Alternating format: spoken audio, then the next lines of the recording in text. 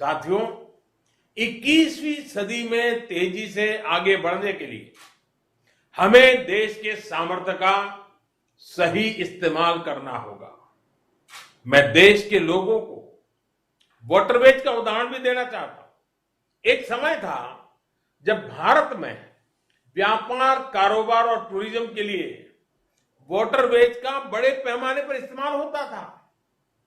इसलिए कितने ही शहर नदियों के किनारे बसे, नदियों के किनारे इतना औद्योगिक विकास हुआ। लेकिन इस सामर्थ्य को पहले सैकड़ों वर्षों की गुलामी और फिर आजादी के बाद की सरकारी उदासीनता ने तबाह कर दिया। अब भारत अपनी इस जल शक्ति को बढ़ाने पर काम कर रहा है। देश में 100 से ज्यादा वाटरवेज और विकसित किए जा रहे हैं। भारत की नदियों में आधुनिक क्रूज चले, व्यापार भी हो, टूरिज्म भी हो। इस दिशा में हम तेजी से आगे बढ़ रहे हैं। केंद्र सरकार ने बांग्लादेश सरकार के सहयोग से गंगा और ब्रह्मपुत्र नदियों के बीच वाटरवे लिंक स्थापित करने पर भी काम किया है।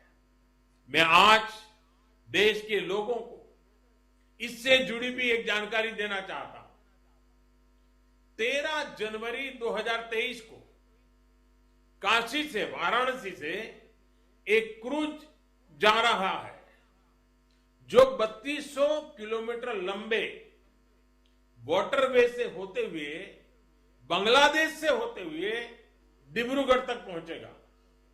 ये पूरे विश्व में अपनी तरह का अभूतपूर्व क्रूज होगा। ये भारत में बढ़ते क्रूज टूरिज्म का भी प्रतिबिंब बनेगा। मैं पश्चिम बंगाल के लोगों से भी आग्रह करूंगा कि इसका जरूर लाभ उठाएं। वैसे आज मैं एक और बात के लिए विशेष तौर पर बंगाल के लोगों को नमन करना चाहता हूं। बंगाल के लोगों में देश की मिट्टी के प्रति जो प्रेम रहा है, उसका तो मैं हमेशा कायल रहा हूं। देश के विभिन्न हिस्सों को जानने के लिए, देश के विभिन्न हिस्सों में भ्रमण के लिए बंगाल के लोगों में जो उत्साह होता है वो अद्भुत होता है। बहुत से लोग पहला मौका मिलते ही किसी और देश में घूमने निकल जाते हैं, लेकिन बंगाल के लोग हमेशा अपने देश को प्राथमिकता देते हैं। बंगाल के लोग पर्यटन में भी नेशन फर्स्ट की भावना को लेकर चलते हैं। और आज जब देश में कनेक्टिविटी बढ़ रही है, रेलवे, हाईवे, वाटरवे आधुनिक हो रहे हैं, तो इससे ईज ऑफ ट्रैवल भी उतना ही बढ़ रहा है। इसका बड़ा लाभ बंगाल के लोगों को भी मिल रहा है।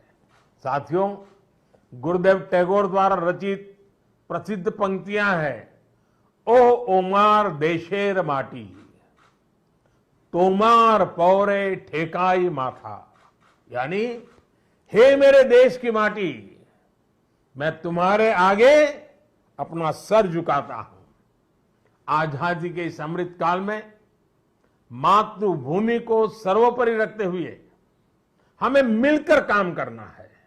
आज पूरी दुनिया भारत को बहुत भरोसे से देख रही है।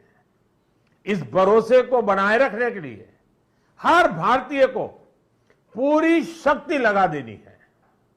हमें हर दिन का उपयोग राष्ट्र निर्माण में करना है। हर पल का उपयोग राष्ट्र निर्माण में करना है। देश सेवा के कार्यों में हमें रुकना नहीं है। इन्हीं शब्दों के साथ मैं अनेक परियोजनाओं के लिए बंगाल को बहुत बहुत बधाई देता हूं। फिर एक बार आपका अभिवादन करता हूं और मैं अपनी बात को समाप्त करता हूं। बहुत बहुत धन्यवाद।